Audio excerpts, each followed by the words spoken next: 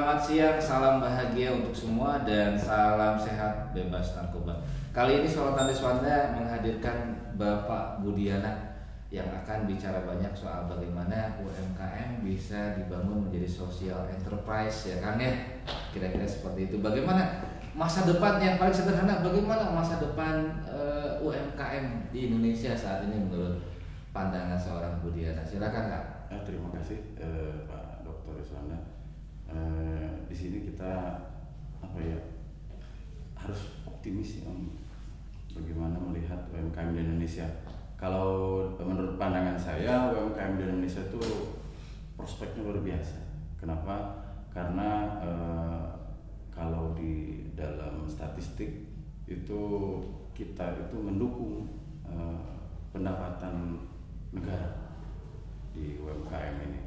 Dan ketika pendapatan negara itu kita bisa dukung, banyak malah pihak-pihak di dunia ini tertarik sama UMKM di Indonesia. Kenapa di Indonesia ini UMKM ini tidak tersentuh? Datanya kadang-kadang tidak ada, tapi pergerakan ekonominya sangat-sangat besar. Nah, berhubung ada data yang bisa menjustifikasi bahwa UMKM adalah penggerak ekonomi real di Indonesia.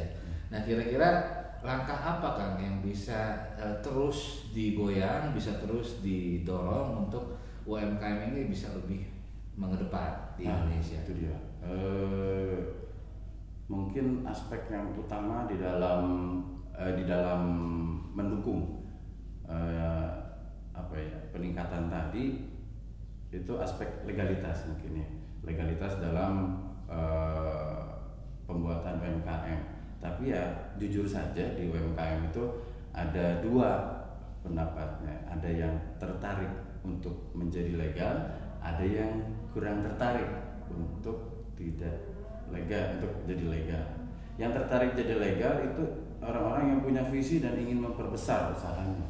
Sedangkan yang tidak tertarik untuk menjadi legal itu kawan-kawan UMKM yang mohon maaf menghindari menjadi warga negara yang baik di Indonesia. Oke. Nah, sekarang ini kan sudah ada penertiban ya, salah satunya UMKM itu atau usaha ultra mikro bisa mengurus perizinan ya dengan online single base submission risk based approach atau lebih dikenal dengan OSS LBA. Nah, kira-kira kan ini membuka peluang untuk tumbuh kembangnya UMKM atau melebarkan klaster UMKM di Indonesia tidak ya kira-kira? Ya, kurang lebih bisa sangat mengembangkan dilihat dari sudut pandang visi UMKM itu ingin lebih besar dari kondisi yang ada hari ini. Kita bisa melihat di OSS di sistem setiap data UMKM itu bisa terlihat oleh investor yang ada di dunia atau yang ada di Indonesia yang sudah terdaftar, sehingga investor itu punya kesempatan untuk memberikan investasinya kepada pelaku UMKM dan mengangkat atau memajukan UMKM tersebut. Nah, ini kan masalah klise ya, bagaimana menghubungkan antara potensial investor dengan UMKM yang ada di kita. Taruhlah kita bicara sekarang ini kan banyak tumbuh startup ya, terutama pada klaster ekonomi kreatif. Nah, bagaimana nih Kang Budi memandang sektor ini bisa terus bergerak? Itu dia. Saya tertarik sama tadi yang startup ya. Kalau bahasa Jaksel itu startup itu perusahaan baru ya. Jadi kalau lihat konteksnya anak-anak zaman now, bahasa-bahasa itu kadang-kadang artinya beda. Dan yang menarik itu kalau kita mau menumbuhkan kembali ya tadi menghubungkan antara investor maupun pengusaha mikro, kecil, menengah dengan sebuah wadah penghubung. Dan di pemerintah melalui konsep yang kemarin ajukan itu keluar OSS ya di one single submission itu dari pemerintah bisa diakses langsung. Kalau masalah belakangnya atau ACID atau Gov, saya lupa ya. Betul. Nah sekarang ini kan Kemenkumham ceritanya ingin memudahkan calon ya pengusaha, ya. Baik itu utamanya adalah sektor menengah ke bawah untuk memudahkan perizinan mereka memulai usaha. Nah kira-kira ini sebuah potensi atau sekaligus tantangan nih kan? Ya potensi juga, tantangan juga. Potensinya itu ketika jumlah UMKM di Indonesia sebetulnya luar biasa. Kita punya statistik UMKM di Indonesia yang dibandingkan beberapa negara itu memang nggak luar biasa dalam data statistiknya, tapi kenyataan di lapangannya kita punya data yang wah, dan data ini belum apa ya bahasanya,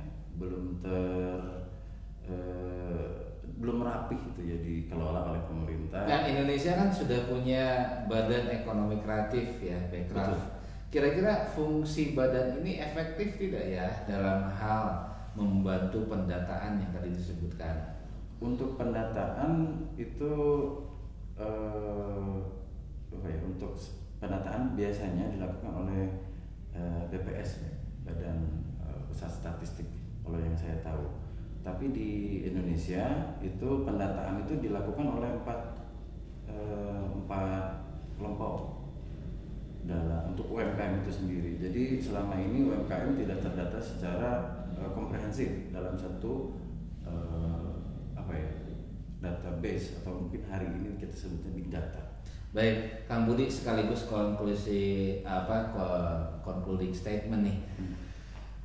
Indonesia saat ini meluncurkan satu data.